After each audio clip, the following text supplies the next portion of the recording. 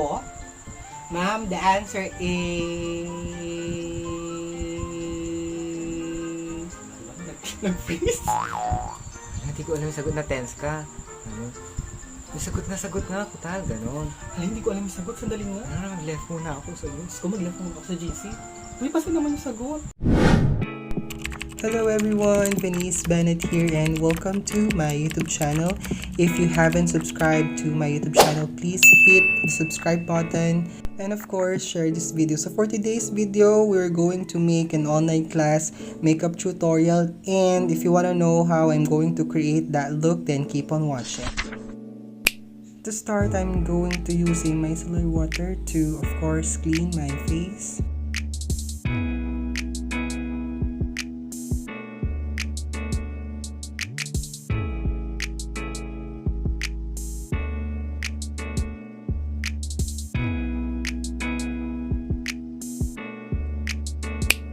Now, I'm going to use sunblock cream, guys. Kahit na nasa loob kayo ng bahay nyo or kahit nakaharap na kayo sa gadget nyo, please use sunblock because yung blue light na nakukuha natin sa gadget is the same or is as harmful sa UV rays na nakuha natin sa sun. So, might as well to protect your skin kahit na nasa loob ka lang ng bahay.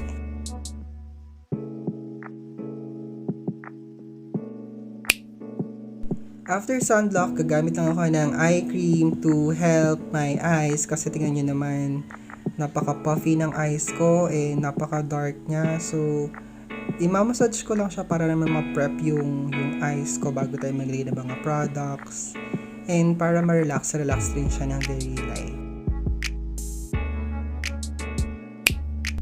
After prepping my skin, disisat ko lang yung face ko using a loose powder here. Gumagamit ako ng Pond's BB powder.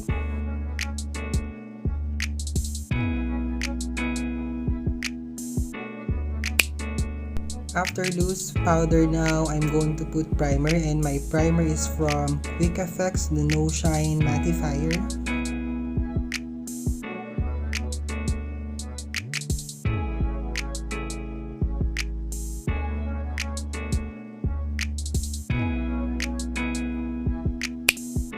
Now I'll be setting my face using this matte setting spray from Vennize.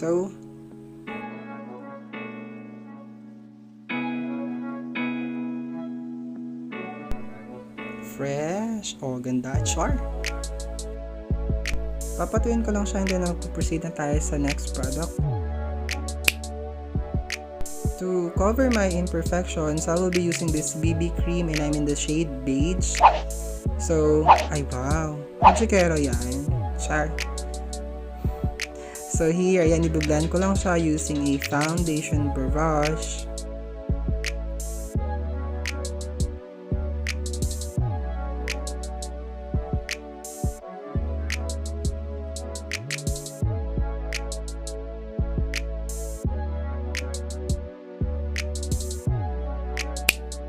To set the BB cream, gagamit ako ng pressed powder. And this pressed powder is from Bennett. And I'm in the shade Honey. Guys, this is very good kasi yellow undertone siya. I don't know, lately na-addict ako sa mga yellow undertone na foundation or pressed powder. And of course, hindi ito pwedeng mawala because we all know that kilay is life here.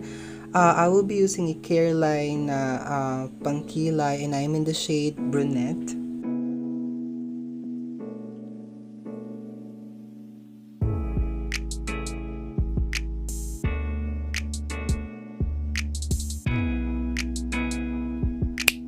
For our eyeshadow, gagamitin ko tong Careline Play to Stay palette, and yung shade na yon is hindi ko alam kung maroon or red. And I will use that as my eyeshadow. By the way, blush on yon. Ewan ko, pero mas gusto ko siyang gamitin as eyeshadow.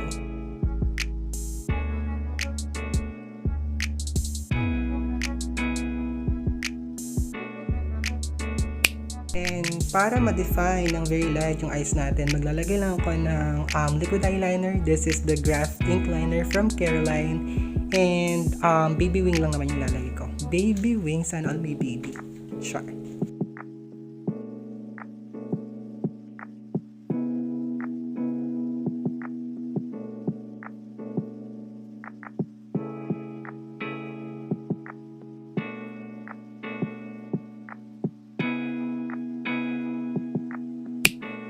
For my mascara, I will be using this Unclothes mascara by or from Vice Cosmetics.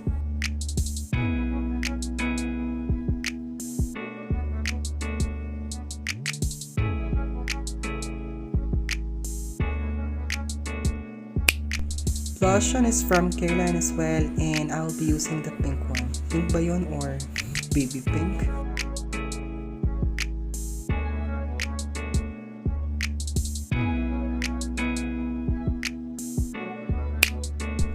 To tone down everything, I will be putting some bronzer. So yung bronzer ko is from Bilang, yung trio pack nila.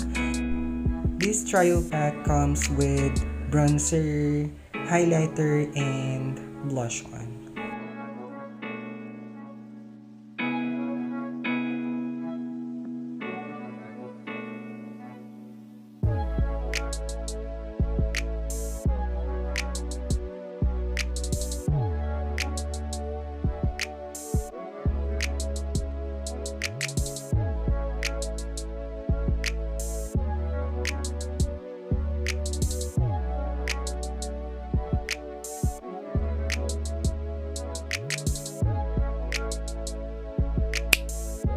For my lips, I will be using some lip liner, and ilalagay ko lang siya sa outer corner pa. And then, sa inner naman is lip tint para magkaroon siya ng gradient effects. And then, i-blend ko lang siya using my finger.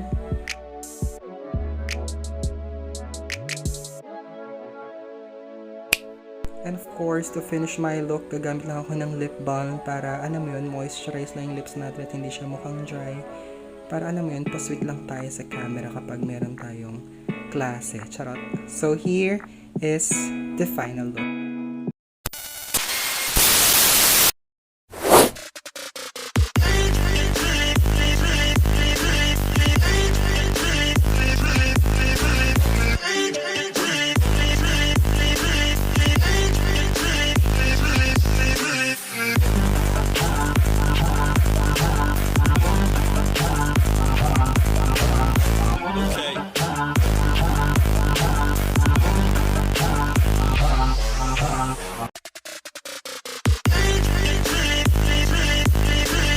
And that's it. Thank you so much for watching. I hope you liked this video. Don't forget to subscribe to my channel, share it to your friends.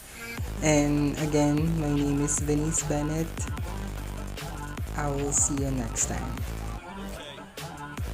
Goodbye for now.